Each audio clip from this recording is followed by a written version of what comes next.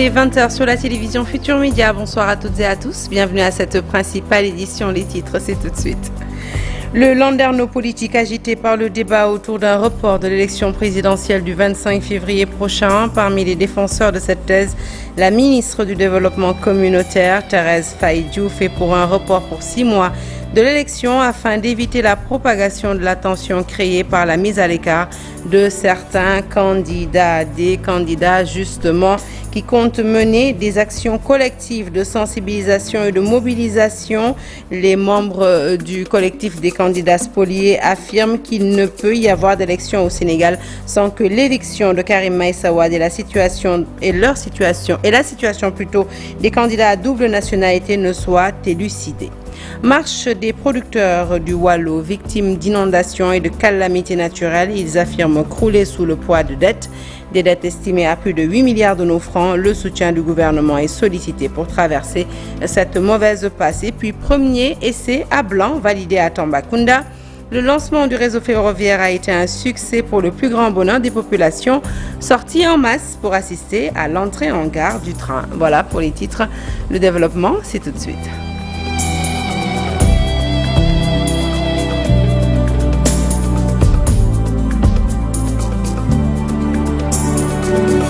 Bonsoir à toutes et à tous. C'est un journal que nous ouvrons avec cette information très très triste dans le monde de la musique. Cheikhou Koulibaly, l'artiste guitariste du groupe Pape Cheikh, n'est plus. Il a rendu l'âme ce vendredi 2 février 2024 chez lui à la cité Gadaye.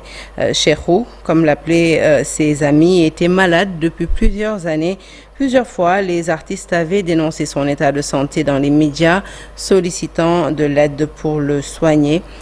Paix éternelle à son âme et nos condoléances émues à son ami et partenaire Pape. 2 personnes ont été tuées à bout portant par un individu cette nuit à Balilaye, dans la baie de Bukot-Diembéra, c'est près du village de Cap Skirring. Les 2 victimes, un gardien et un charpentier, se seraient dressés contre le présumé auteur de la tuerie qui cherchait à accéder à la résidence privée occupée par un couple franco-sénégalais.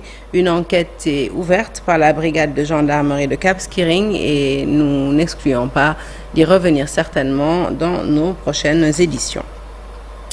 L'actualité politique à présent avec la présidente du mouvement Sénégal Nouveau et candidate à l'élection du 25 février prochain, Rose Wardini, convoquée donc à la division des investigations criminelles.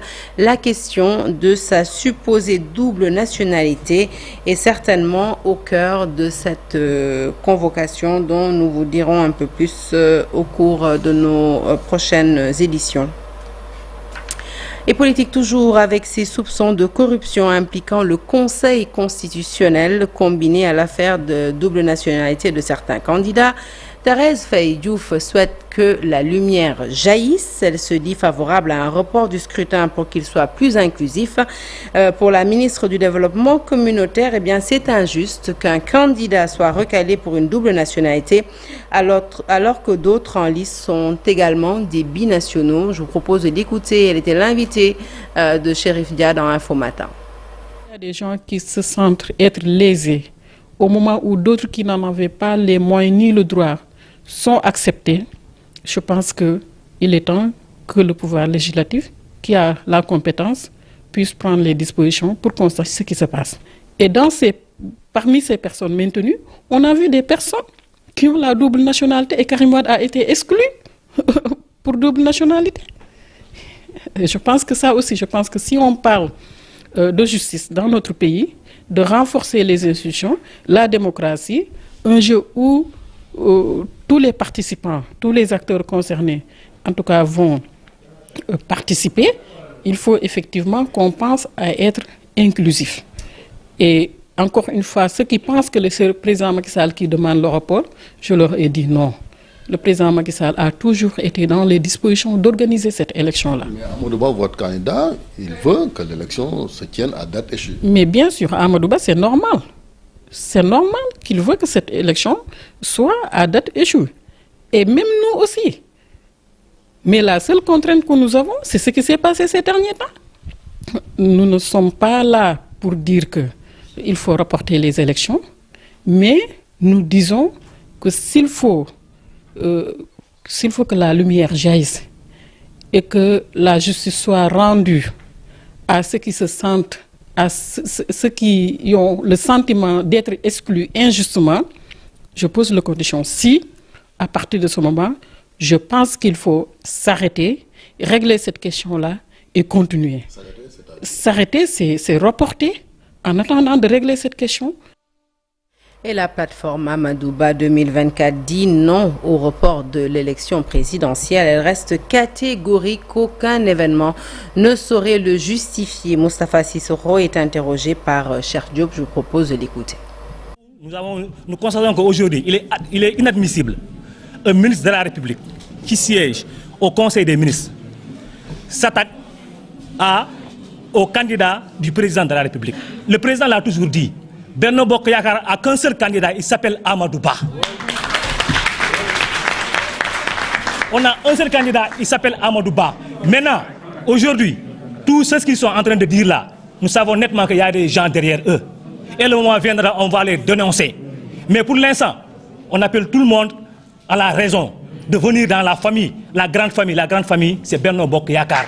La grande famille, c'est la maison du président de la République, Macky Sall. Tout ce que le président Macky Sall a fait dans ce pays-là, il ne mérite pas ça. Le président de la République, Macky Sall, ne mérite pas ça.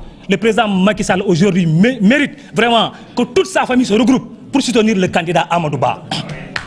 Parce qu'aujourd'hui, la majeure partie des Sénégalais sont avec Amadou Ba. Même ceux qui ne sont même pas des politiciens, ils soutiennent la candidature d'Amadou Ba.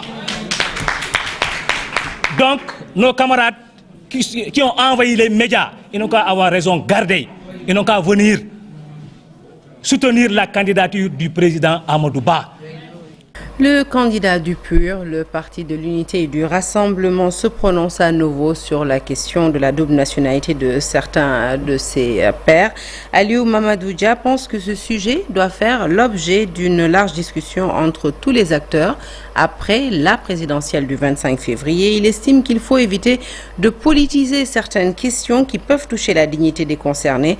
Sur le report de l'élection présidentielle, eh bien, il reste catégorique. Aucun événement ne pourrait et ne saurait le justifier. Il était en conférence de presse avec Bruno Derneville, son directeur de campagne, Alassane Ba et Mohamed Nabidjan pour le compte-rendu. La question de la double nationalité de certains candidats continue d'alimenter les débats. Le candidat du PUR analyse autrement la situation. Aliou Mamadou Dia pense qu'il faut dépassionner le débat. Il ne faudrait pas qu'on utilise, et vous avez vu, il y a des pays où le problème de nationalité, on fait éclater des pays. Donc c'est des problèmes extrêmement sérieux qu'il faudrait peut-être considérer avec tout le sérieux qu'il faut, que les Sénégalais puissent s'asseoir et qu'il y ait un consensus là-dessus. Si nous considérons que nous voulons, les candidats à l'élection présidentielle doivent être exclusivement de nationalité sénégalaise, on va remettre ça sur la table. Mais évidemment, je pense que, comme je l'ai dit, si je prends le cas du président Karim Wade, on lui demande de renoncer à sa nationalité française. Mais si vous demandez à quelqu'un comme Karim Wade de renoncer à sa nationalité française, vous lui demandez de renoncer une partie de lui-même. Parce que, après tout, bon voilà, tout ça c'est des questions aussi. Il ne faut pas qu'on ait en perspective les questions politico-politiciennes uniquement.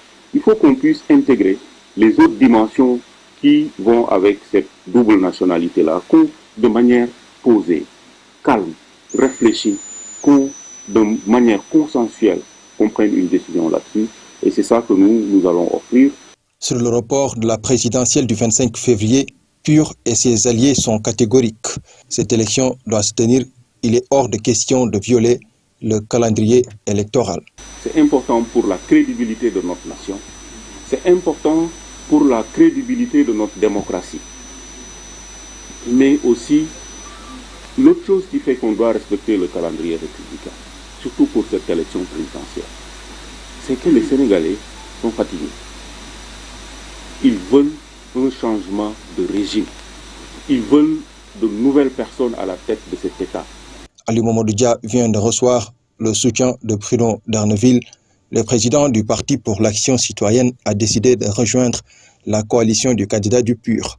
D'ailleurs, il va occuper le poste de directeur de campagne. À présent, ce communiqué des candidats spoliés de la prochaine élection présidentielle, malgré la mise en place d'une commission d'enquête parlementaire pour examiner les circonstances qui ont conduit à l'éviction de Karim Meïssa Wade de la course à la présidentielle, mais aussi analyser le problème de double nationalité de certains candidats. Le collectif des candidats spoliés soutient mordicus que le Conseil constitutionnel n'a pas fait un travail sérieux lors des vérifications. Le collectif se dit plus que déterminé à se battre pour être rétabli dans ses droits, et dès demain, ces candidats comptent mener des actions collectives de mobilisation et de sensibilisation pour dénoncer les dysfonctionnements notés au sein du Conseil constitutionnel. En dernier lieu, le collectif soutient qu'il ne peut y avoir d'élection présidentielle sans pour autant résoudre ces problèmes qui mettent en doute la fiabilité du fichier électoral. Le parti d'appui à la gouvernance au Sénégal, PAGS Sénégal Sunu Yité, a fait également face à la presse hier pour inviter les acteurs politiques ainsi que les prochains candidats à l'élection présidentielle à plus de responsabilités dans la campagne. Le PAGS a exhorté les citoyens à privilégier les valeurs de civisme, de citoyenneté, de paix. Ainsi, les membres de cette formation politique ne sont pas contre un report de la présidentielle, mais que ce report permette de vider tous les contentieux politiques actuellement en vigueur. Et je vous propose d'écouter tout de suite Khalilouba. Il est le président du PAGS et il s'exprime au micro de Mamadou et Amadouba. Ki nga xam ne yaa ngi ci langue politique bi nga jël sa responsabilité ba ñu am campagne bu mucc ayib, campagne jàmm, campagne salam bi nga xam ni mu ngi wékku ci koy ay programme nit ñi. Alors c'est un élément dont nous n'avons pas encore la version française. Nous n'excluons pas de vous la mettre certainement avant la fin de cette édition. Nous poursuivons ce journal avec la marche des producteurs du Voilo. Ils ne peuvent plus assurer les campagnes à cause de 8 milliards de dettes suite aux inondations et aux calamités naturelles notées dans cette partie du pays. Ils réclament l'épongement de ces dettes, mais aussi et surtout le soutien du gouvernement. Pour ces producteurs, le Voilo vit une crise sans précédent depuis quelques mois. Les détails, c'est avec Ousseynou Diop et Habib Seck. Les riz de la vallée du fleuve Sénégal ont organisé cette marche pour dénoncer la crise qui sévit présentement dans le Voilo. Ces producteurs sont endettés et veulent dans l'urgence la réaction du gouvernement sénégalais pour faire face à la crise dans tous les villages du département. Thiagar, Mbagam et ailleurs, aucune union ne peut aller en campagne. Ne peut aller en campagne parce que nous sommes endettés, nous ne pouvons pas rembourser nos dettes auprès des opérateurs financiers, mais également la banque, depuis 2020, n'arrive pas à nous octroyer des crédits. Aujourd'hui, donc, il est temps que l'État du Sénégal réagisse, que l'État du Sénégal sache que nous ne vivons que de cette agriculture. Depuis des années, les calamités naturelles ont occasionné beaucoup de dégâts dans la vallée du fleuve Sénégal, surtout dans le département de Dagana. Ces jeunes producteurs souhaitent l'accompagnement de l'État du Sénégal pour faire face à la crise. Le Voilo d'aujourd'hui risque la famine. Les jeunes risquent de ne pas avoir d'activité. Les femmes également risquent d'aller en chômage. Et tout cela seulement parce que nous ne pouvons pas aller en campagne. Et pour régler ce problème, il faut que l'État réagisse pour qu'on puisse aller en campagne dans les délais. Si la campagne arrive encore, nous la démarrons encore une nouvelle fois en retard, nous aurons les mêmes problèmes. Après cette marche, les producteurs du département de Dagana ont promis de remettre ça dans les jours à venir si l'État ne réagit pas. 15 milliards de francs CFA, c'est le montant que réclame l'opérateur Moustapha Tall à l'État du Sénégal en guise de dédommagement. L'homme d'affaires dit être victime d'une cabale. Il accuse le président Abdoulaye Wade et d'autres dignitaires de son régime. Et après 20 ans d'attente, il estime qu'il est temps que la lumière soit faite sur cette affaire. Je propose de l'écouter au micro de Lissa Prera. L'opérateur économique qui travaille pour son pays et honnêtement, qui est combattu par un système. Et ce système-là est clair. C'est-à-dire, il y a quelqu'un qui est derrière, qui s'appelle Jean-Claude Mimran, qui est derrière tout ça. Parce que le premier dossier, c'est lui qui l'a initié. Les deux dossiers d'ailleurs, il y avait un dossier contre Boubacar Camara, qu'on appelait faux bon à enlever. C'est ce dossier-là qu'il a utilisé pour m'arrêter. Moi, je n'ai même pas de dossier. Ils ont simplement fait un PV avec une plainte qui n'a même pas passé, qui n'est même pas parti chez le procureur. Ils ont donc, avec la complicité du juge qui avait les faux bons enlevés, qu'on avait mis sur place pour enlever Boubacar Camara de son poste, c'est ce dossier-là que le juge a utilisé. Et il a mal utilisé d'ailleurs parce qu'il a simplement cherché un réquisitoire. C'est-à-dire réquisitoire, c'est une autorisation de convoquer auquel le procureur devait signer. Et le procureur titulaire avait senti le coup, a refusé de signer. Il a attendu que le procureur parte en vacances judiciaires. Il l'a fait signer par un substitut. Et dans ce réquisitoire, qu'est-ce qu'il a mis 6003, c'est-à-dire c'est un dossier de 60, numéro 60 dans l'année 2003. Et moi, ma plainte, ou bien le PV, est du mois d'août 2004. Donc comment on peut faire le lien de ces deux dossiers-là? Et l'autre, on parle de faux bons enlevés, mais sur moi, le PV qu'on avait confectionné contre moi, par ces deux agents de douane qui ont été nommés par Cheikh Tidiane Sy, pour uniquement confectionner un PV, ils ont eu la promotion. L'autre est devenu directeur général des douanes, Jean Armand Nanga, l'autre directeur des enquêtes douanières, pour simplement créer un dossier pour Moussa Watal. L'État du Sénégal à la rescousse de la Poste. 143 milliards de nos francs viennent d'être injectés dans la boîte pour la redynamiser. Déclaration faite par le directeur général Mohamedou Diaité. Cette déclaration a été faite à l'occasion de l'inauguration des centres postaux de l'avenue Ponty et Océan. Je vous propose d'écouter le directeur général de la Poste, Mohamedou Diaité, toujours au micro de Dissa Préra et Amadouba. Nous sommes en parfaite harmonie avec l'ensemble des institutions financières, notamment la Direction générale du Trésor et de la comptabilité publique. Nous sommes, vous le savez, sous la tutelle financière du ministère des Finances et du Budget, avec monsieur le ministre Moustapha Ba, mon ami et frère. Nous avons une collaboration très utile et très sincère. Il en va de même avec mon ami et frère, maître Moussa Bocar Thiam, ministre de la Communication, des Télécommunications et du Numérique, qui nous apporte son soutien indéfectible. Mais je voudrais en profiter pour remercier également l'ensemble des autorités, notamment son Excellence le Président Macky Sall, qui a beaucoup fait pour la Poste et qui continue toujours à soutenir la Poste. C'est grâce à lui que, par exemple, le paiement des bourses de sécurité familiale est revenu à la Poste. Grâce à lui également, les salaires des postiers sont pris en charge par la Direction générale du Trésor. Grâce à lui, la rémunération de services publics est passée de 6 à 12 milliards et également la reconversion de la créance de l'État sur la Poste pour 174 milliards au profit de la recapitalisation du groupe. Donc vraiment, je voudrais le remercier et les efforts continuent.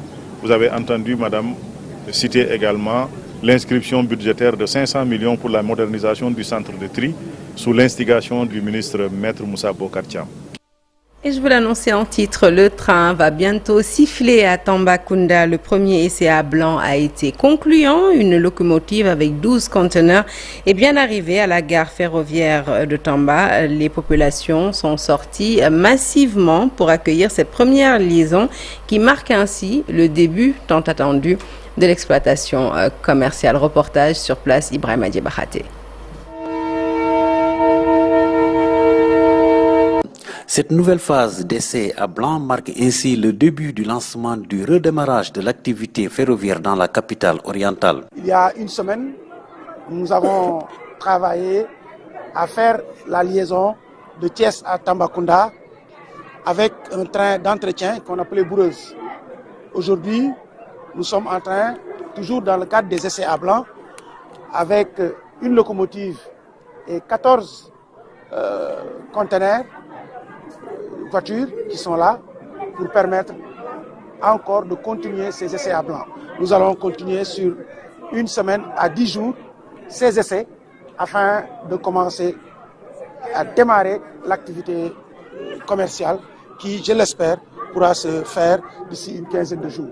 Ils étaient nombreux, les nostalgiques du train, à envahir la gare ferroviaire à l'arrivée de cette liaison d'essai. L'arrêt des chemins de fer en 2018, bon, ça a quand même créé, je peux bien dire, la pauvreté sur tout le long des rails, de Tambacounda jusqu'à Dakar.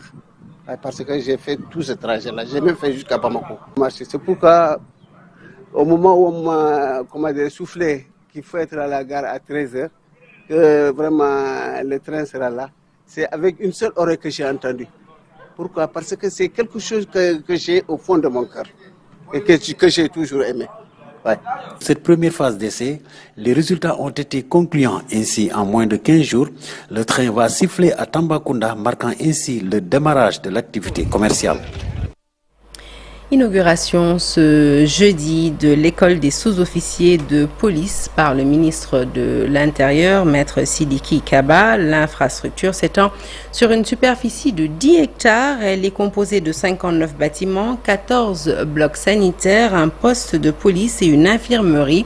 Et selon le ministre de l'Intérieur, eh bien, ce cantonnement qui porte le nom du colonel Cheikh Tidiane Diouf scelle ainsi un partenariat fécond entre la police et les populations pour une meilleure prise en charge collective de nouveaux défis sécuritaires. Le voici au micro de Ousmane Dem. Grande note de satisfaction que je me tiens ce jour devant cette auguste assemblée pour procéder à l'inauguration de l'école des sous-officiers de la police nationale ici à Kaolack. Ce jour marque l'aboutissement de l'engagement qui a mobilisé les ressources humaines et matérielles ainsi que le savoir-faire de plusieurs services du ministère de l'Intérieur, dont son Excellence, Monsieur le Président de la République, Macky Sall, a bien voulu me confier la charge. En effet, depuis le 16 janvier 2024, nous avons tour à tour porté sur les fonds baptismaux le commissariat Biscuit HLM à Dakar, le nouveau cantonnement du GIME à Lébar, Saint-Louis, le 26 janvier, un autre cantonnement du GMI à Hambourg, le 30 janvier. Nous voilà aujourd'hui fiers d'être à Mbadakhoune pour matérialiser la vision chère au président de la République Macky Sall, dont la ligne de mire est la symbiose police-population pour une meilleure prise en charge collective et effective de nos défis sécuritaires. L'école des sous-officiers de police colonel Cheikh Tidiane Diouf est bâtie sur une superficie de 10 hectares. Elle est composée de 59 bâtiments, dont 43 nouveaux et 16 antérieurement occupés par les services de l'Islam. L'infrastructure comprend 20 dortoirs pour les élèves agents de police, 2 dortoirs pour les élèves sous-officiers, 14 blocs sanitaires, 2 réfectoires, 2 cuisines, un poste de police, une infirmerie, un bloc pédagogique de 8 salles de cours. Allez, culture à présent pour parler d'archéologie. Une fois n'est pas coutume avec l'exposition Falémé. 12 ans de recherche dans le Sénégal oriental, une initiative pour présenter les résultats de 12 années de fouilles archéologiques menées par une équipe internationale et interdisciplinaire. L'exposition retrace l'histoire des populations humaines qui ont habité cette région depuis le Paléolithique, une initiative qui contribue à valoriser le patrimoine culturel et historique du Sénégal et à renforcer les liens entre les universitaires. Sujet signé Monsieur Culture Maison Ibou Diouf. L'exposition propose un parcours chronologique et thématique qui permet de découvrir les vestiges archéologiques issus des fouilles tels que les objets taillés en pierre, de la céramique, des coris et des perles, mais aussi de comprendre le contexte géomorphologique et paléo-environnemental dans lequel ils ont été produits et utilisés. Ce projet est d'autant plus inédit. Du moment que c'est un des projets qui n'a jamais été fait au Sénégal, qui a réussi à balayer et à reculer l'histoire du peuplement sénégalais jusqu'à 300 000 ans avant notre ère. Et grâce à ce projet qui s'est bâti autour de plusieurs autour de ce projet, plusieurs étudiants aussi. L'exposition est le fruit d'une collaboration entre l'Université de Genève et l'Université Cheikh Anta Diop de Dakar qui ont établi des axes de partenariat prioritaires. Ces résultats de recherche qui nous ont montré un grand dynamisme des populations du Sénégal oriental pendant une période de près de 300 000 ans. Dynamisme par rapport aux migrations, mais également dynamisme par rapport au changement climatique, au changement de leur environnement. Toutes choses qui montrent que l'être humain dans l'histoire a toujours été dynamique, que les migrations n'ont pas commencé aujourd'hui, mais datent de très longtemps. L'exposition Falémé 12 ans de recherche dont le Sénégal oriental a permis de mettre en place toute une série de thèses, de doctorats, de mémoires de maîtrise mais également d'aboutir aux résultats présentés au musée historique de Gorée. Merci Boudjouf. Le sport à présent avec les travaux du stade de Yeumbeul Municipal Nord qui viennent d'être relancés par le maire de la commune après une longue pause. Le projet va durer 10 mois et son coût est estimé à plus d'1 milliard de francs CFA. Une reprise bien accueillie par les sportifs du département de Keur Massar. Le point, c'est avec Aminata Ba.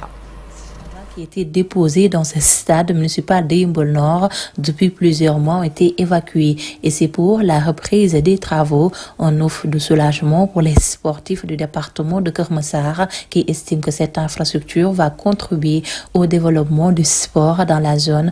On a 3 ou 4 clubs qui sont là. Il y a MAF qui est en division nationale. Je pense que si on a un autre stade qui est là, je pense que ça contribue à valoriser nos jeunes et faire valoir les compétences. Je pense que je pense qu'on ne peut pas le mesurer.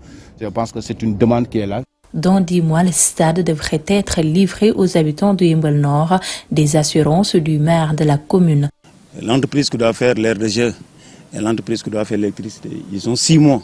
L'entreprise qui doit faire la tribune à 300 jours, à 10 mois.